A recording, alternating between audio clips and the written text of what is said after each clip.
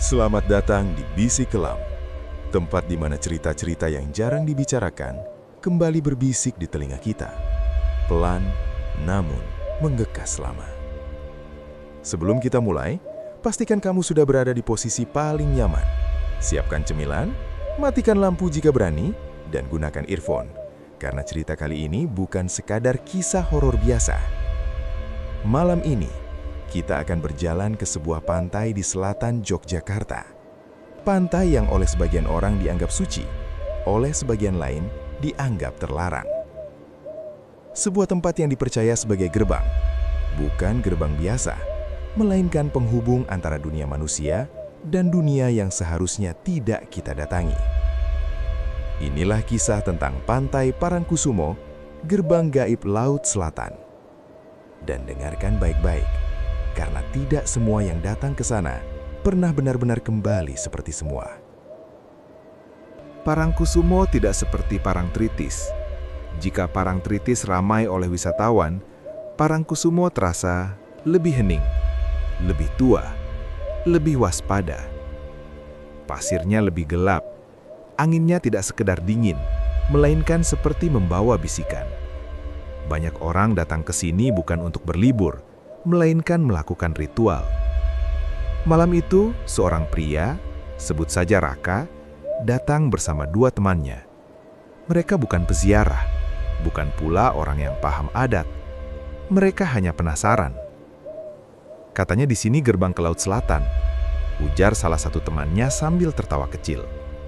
Tawa yang terdengar keras dan terasa tidak pantas. Raka sebenarnya sempat ragu. Seorang warga tua yang mereka temui di warung kecil berpesan pelan. Kalau ke Parangkusumo, jangan sembarangan bicara. Dan jangan melewati batas bambu di ujung pantai. Batas itu sederhana, hanya patok kayu dan bambu tua. Tapi warga menyebutnya pembatas wilayah. Sayangnya, rasa penasaran lebih kuat. Mereka melangkah melewati batas itu saat langit mulai menggelap dan suara ombak berubah, lebih berat, lebih dalam. Awalnya hanya suara angin, lalu terdengar seperti langkah kaki di pasir basah. Padahal saat mereka menoleh, tidak ada siapa-siapa. Raka mulai merasakan sesuatu yang aneh. Udara terasa lebih lembab. Dadanya sesak, seperti sedang diperhatikan. Salah satu temannya berhenti. "Rak, kamu dengar gamelan nggak?" Tidak ada gamelan, tidak ada acara, tidak ada manusia lain. Namun suara itu jelas, pelan, ritmis, datang dari arah laut. Kabut tipis naik dari permukaan air. Dan di antara kabut itu, Raka melihatnya. Sosok perempuan berdiri membelakangi mereka. Rambutnya panjang, hitam, dan gaunnya hijau.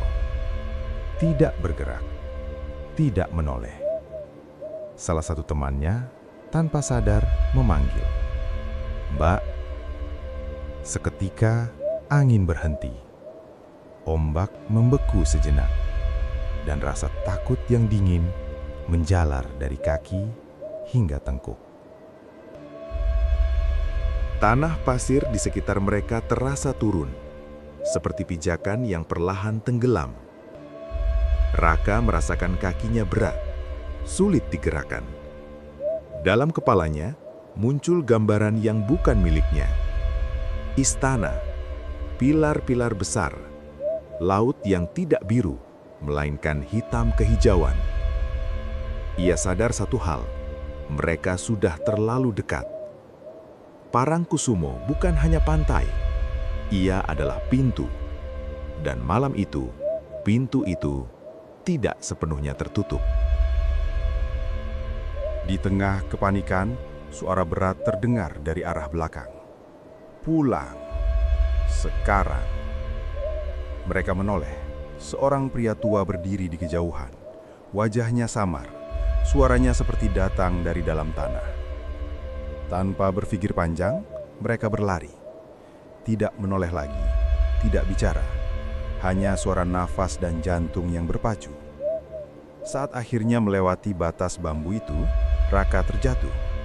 Dan saat ia menoleh ke laut untuk terakhir kalinya, sosok perempuan itu sudah tidak ada. Namun rasa diperhatikan itu belum sepenuhnya pergi. Di tengah kepanikan, suara berat terdengar dari arah belakang. "Pulang! Sekarang!" Mereka menoleh. Seorang pria tua berdiri di kejauhan. Wajahnya samar. Suaranya seperti datang dari dalam tanah. Tanpa berpikir panjang, mereka berlari. Tidak menoleh lagi. Tidak bicara. Hanya suara nafas dan jantung yang berpacu. Saat akhirnya melewati batas bambu itu, Raka terjatuh. Dan saat ia menoleh ke laut untuk terakhir kalinya, sosok perempuan itu sudah tidak ada. Namun rasa diperhatikan itu belum sepenuhnya pergi. Mereka pulang. Selamat, namun tidak benar-benar sama. Salah satu temannya sering bermimpi berada di istana bawah laut. Yang lain mengaku sering mendengar suara ombak meski sedang jauh dari pantai. Sedangkan Raka, setiap mencium bau melati, dadanya kembali sesak. Seperti ada yang masih mengingatnya. Parangkusumo tetap berdiri di sana. Sunyi, tenang. Namun bukan berarti aman. Sebagian tempat tidak meminta kita percaya. Cukup untuk menghormati. Percaya boleh, tidak percaya juga tidak apa-apa.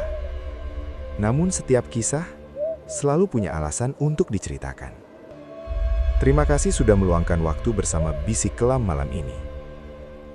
Jika bisikan ini membuatmu terdiam sejenak, atau menoleh ke belakang tanpa sadar, mungkin kamu tahu, cerita-cerita seperti ini akan selalu menunggumu di sini.